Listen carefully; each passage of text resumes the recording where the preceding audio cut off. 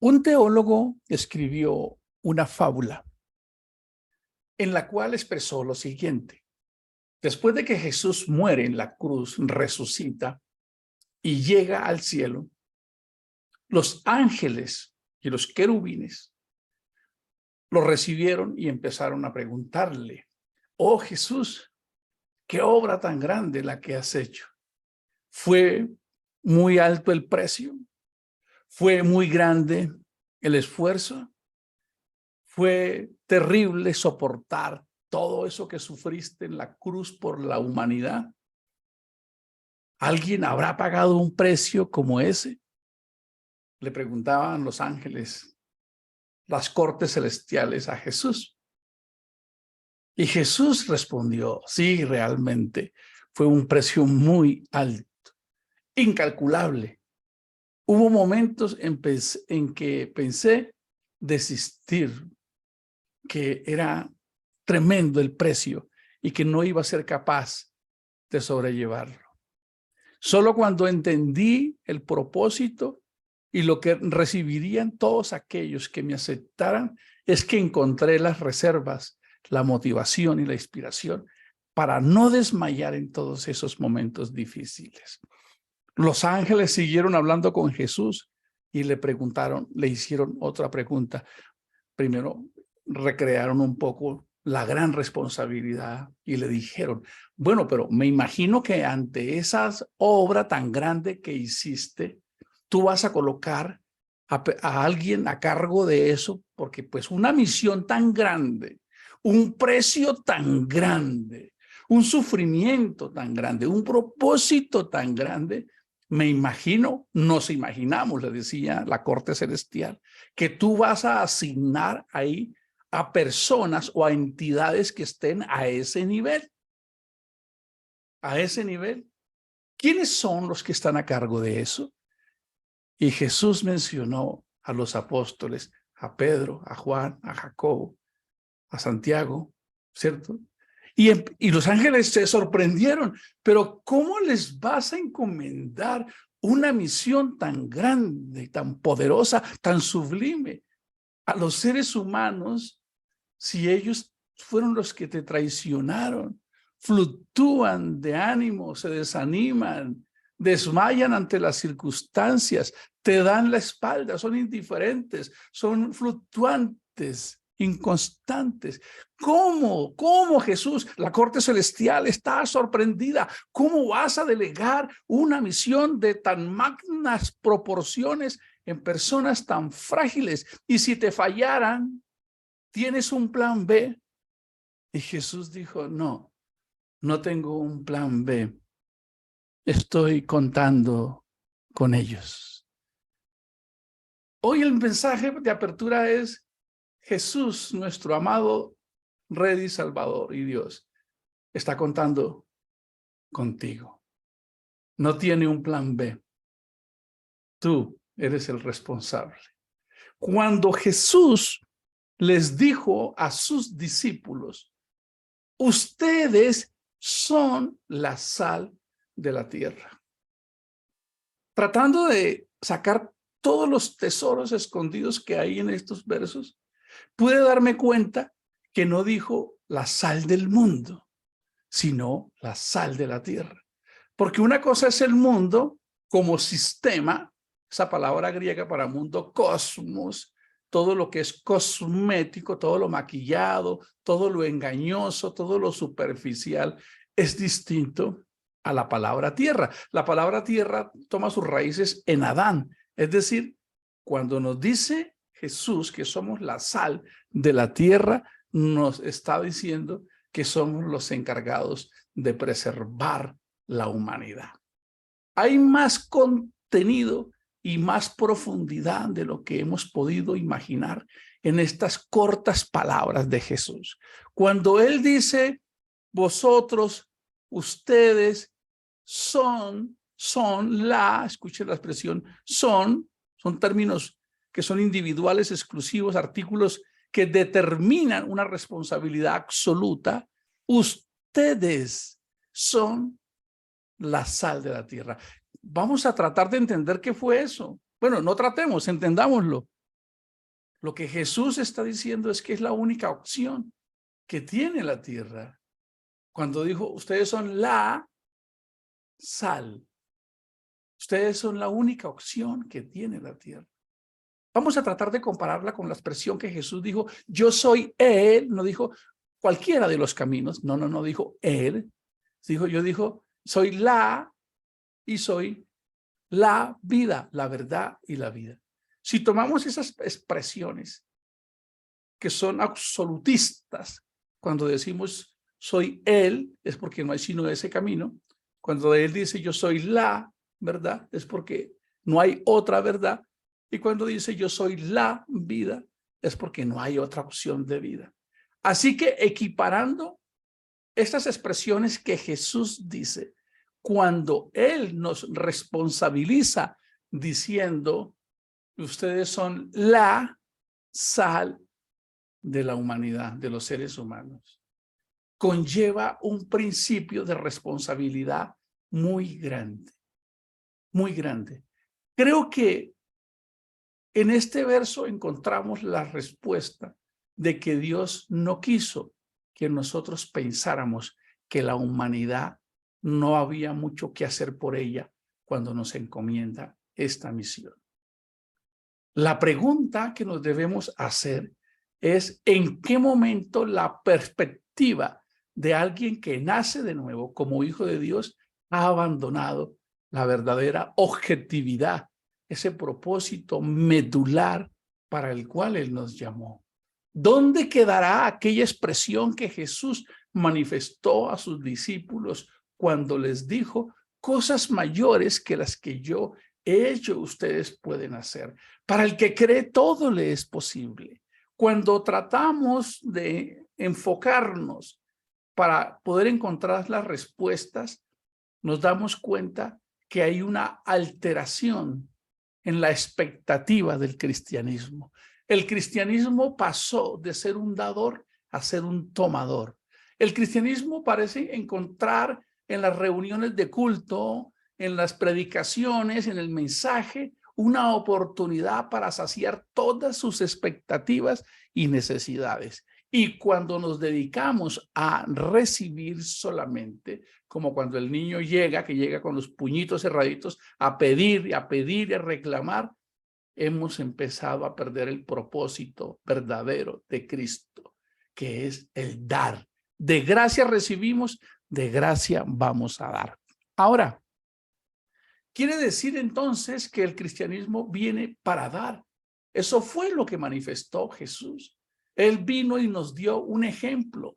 Por eso cuando leemos allá en Filipenses en el capítulo 2, desde el verso 4 en adelante, cuando él empieza a decir, haya en vosotros este mismo sentir, expresión que la podemos leer en otra versión que dice, haya en ustedes esta misma actitud que hubo en Cristo Jesús, el cual, siendo Dios, no lo valoró, sino que, escuchen por favor, se despojó, renunció a su divinidad, a su proeza maravillosa, su gloria, y tomó forma de esclavo. Y estando en la condición de hombre, se humilló a sí mismo hasta la muerte y muerte de cruz. Quiere decir que cuando nosotros aceptamos este mensaje de Jesús, debemos ser conscientes cuál es el rol y el compromiso en el que nos estamos enrolando. Hace unos días hablamos de esto, cuando Jesús coloca los 2 ejemplos de planificar y de ir a la guerra. ¿Lo recuerdan? ¿Qué hombre que va a construir una torre no se sienta a calcular los materiales y los números? ¿Y qué hombre que va a ir a la guerra con un ejército más pequeño antes no se sienta a ver las posibilidades de ganar esa guerra y puede concluir y tomar una decisión?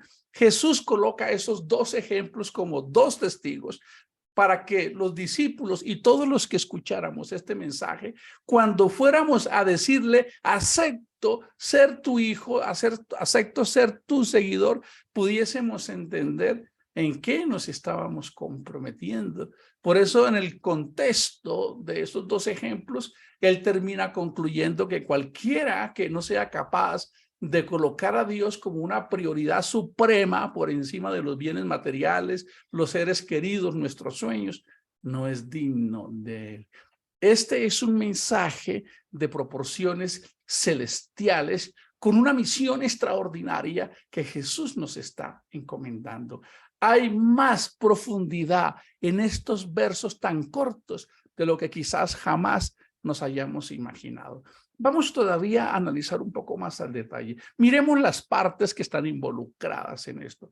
Primero, el que está hablando es Jesús, ¿verdad? Él es el protagonista y él tiene dentro de su corazón un propósito. Él ya conoce la realidad de la humanidad.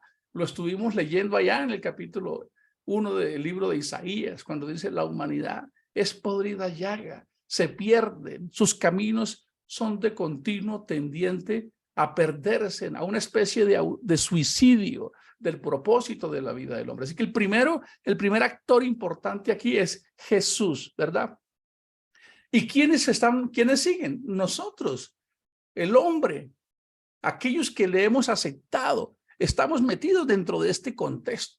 Así que tenemos al Señor Jesús y a nosotros, a los que le hemos aceptado y nos identifica con una identidad. Escuchen, Él nos da una identidad. ¿Qué significa cuando dice tú eres la sal? Tú tienes el carácter de la sal y involucra a la humanidad, a todos aquellos que todavía no han llegado a adquirir esa naturaleza, pero antes de eso hace un diagnóstico de la realidad que hay en la humanidad. Y la humanidad se está corrompiendo. La humanidad se está degradando. Cada día estamos descendiendo a profundidades de oscurantismo, de pérdida de la moral. La escala de valores de lo puro, de lo sagrado, de lo santo, se ha perdido y hoy se reconoce más el placer, el arte humano, el culto al cuerpo, al físico, al logro, y hemos perdido el carácter de la divinidad, que es la bondad, que es la santidad. Y eso se está desencadenando, aunque el hombre pareciese estar en la cumbre de sus logros, todo lo contrario, jamás en la historia de la humanidad había habido tanta abundancia exterior, pero tanta escasez, tanta falta de sentido, de significado y de propósito en el corazón del hombre. Pocas veces en la historia de la humanidad ha habido tanto entretenimiento, Netflix, Amazon, Disney, todos 180 canales, opciones, reinados, bellezas, pero jamás en la historia habíamos tenido a tantos seres humanos y especialmente los jóvenes aburridos sin haber encontrado el sabor de la sal que da a seguir a Cristo. Así que esto está demandando con urgencia que cada uno de nosotros tome la postura, la posición que nos corresponde como hijos de Dios. Repasemos un poco. Tenemos a Jesús. Estamos nosotros los que hemos aceptado este mensaje que Él nos ha dado de su naturaleza, no por quienes éramos nosotros, sino por quien es Él y por haberle creído. Y tenemos a la humanidad que todavía no es parte de este modelo de vida y la condición. Hay una corrupción que está corrompiendo el mundo. Como escribió un gran filósofo, la enfermedad de esta sociedad es una enfermedad del corazón, del ADN espiritual del hombre. Nos estamos corrompiendo. Así que tomando todo este preámbulo sobre esto, hay más contenido de lo que creemos. Así que Jesús viene, como lo dice, a rescatar y a salvar lo que se había perdido. Hemos colocado un ejemplo así. Voy a recordar un poco, perdónenme, un ejemplo un poco grotesco lo que voy a colocar. Recuerdo que hace muchos años en mi niñez nos visitaron unos amigos que eran transportistas y lo que transportaban en ese camión en el que llegaron era pescado. Y ese pescado, por lo que había sucedido, llegó muy tarde y ese pescado se había descompuesto. Se estaba pudriendo. Era una cantidad de pescado impresionante ahí entre ese camión y decían, quieren más, pero no habría cómo aceptarlo porque ese pescado ya estaba entrando en una posición avanzada de descomposición, se estaba pudriendo, estaba perdiendo el cometido, la oportunidad de ser saboreado y nutrido. Recordando ese ejercicio, quisiera que cada uno de nosotros, en el lugar donde está, hiciera una contextualización para ver cómo está el pescado de cada uno de nosotros en el contexto.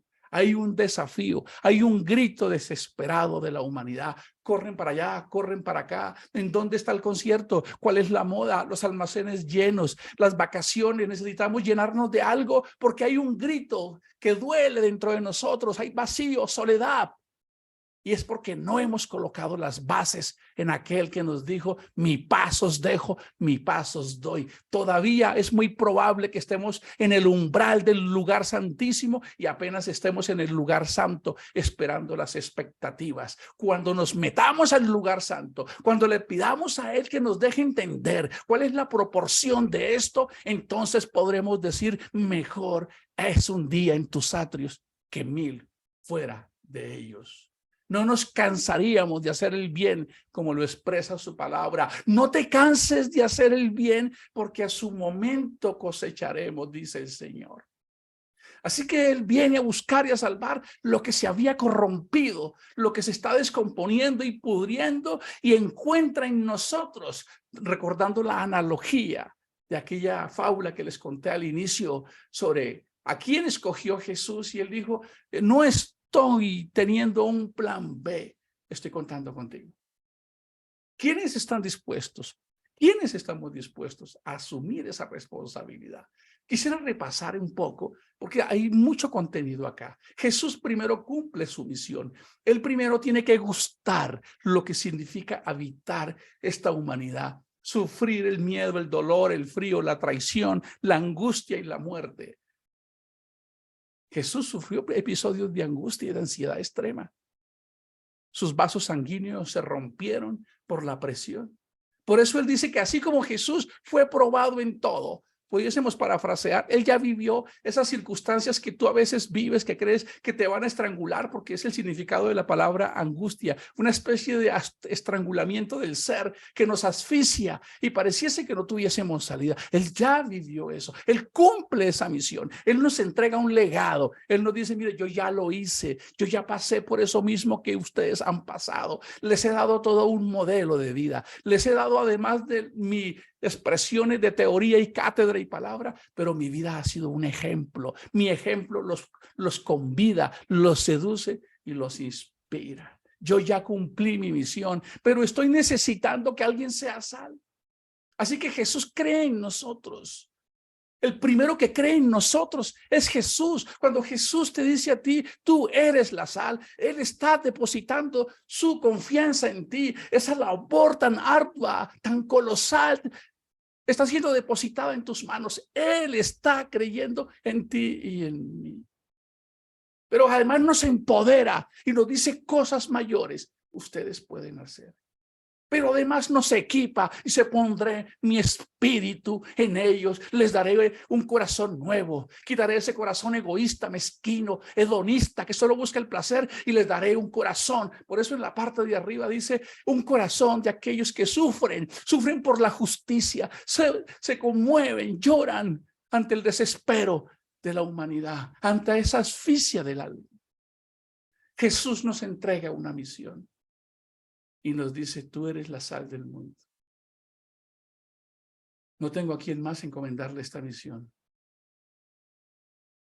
Estoy contando contigo. Pero aquí viene una reflexión. Para poder abrirle la puerta a alguien de la cárcel, hay que estar fuera de la cárcel. El que está en la cárcel no puede abrir la chapa desde afuera. Necesita una llave que alguien la abra. Es decir, nosotros, para poder asumir esa misión, debemos estar fuera del mundo. Hay un verso maravilloso que está en 1 de Pedro 1:3-5. Dice, partícipes de la naturaleza divina. Cuando somos partícipes de la naturaleza divina, algo que es incomprensible, quisiera que dedicaras un espacio del día a pensar esto. Soy participante de la naturaleza divina. ¿Qué es eso lo que significa? Pues la antítesis de la corrupción que hay en este mundo. Por eso nos equipó.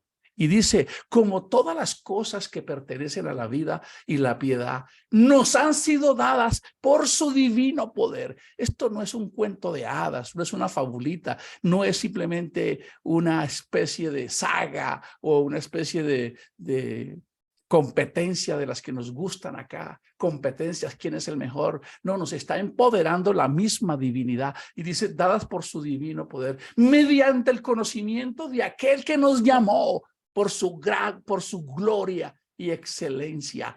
Esto es un episodio donde los ángeles se comen las uñas de expectativas esperando que esta generación pueda participar, por medio de las cuales nos ha dado preciosas y grandísimas promesas. Escuchen, por favor.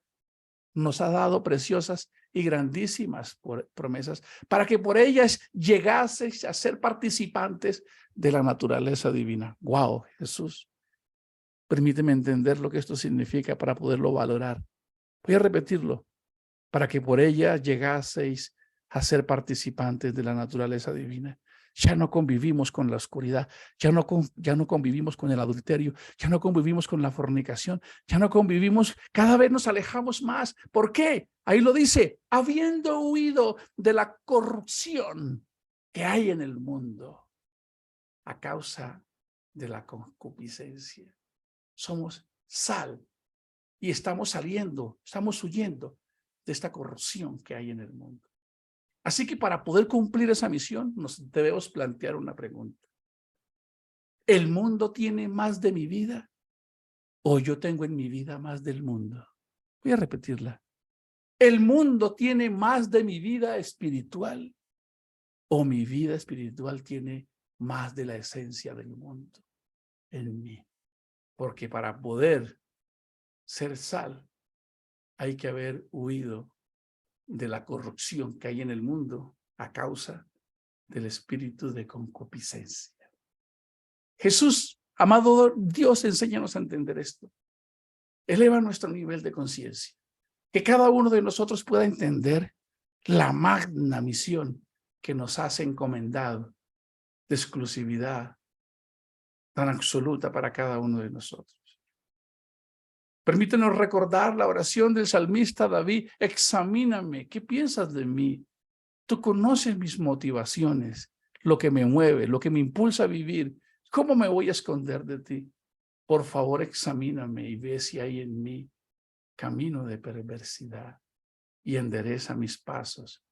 Quizás todavía no he encontrado la esencia de mi verdadero propósito en ti. No me abandones a mi humanidad, amado Jesús. Permíteme como Job no solamente oírte, sino poderte ver en toda tu plenitud para entender este propósito. Amén. Nos vemos mañana. Continuaremos con tú eres la sal de la tierra. Yo soy la sal de la tierra. Gracias por habernos empoderado con esta naturaleza y por habernos entregado este gran propósito. La paz del Señor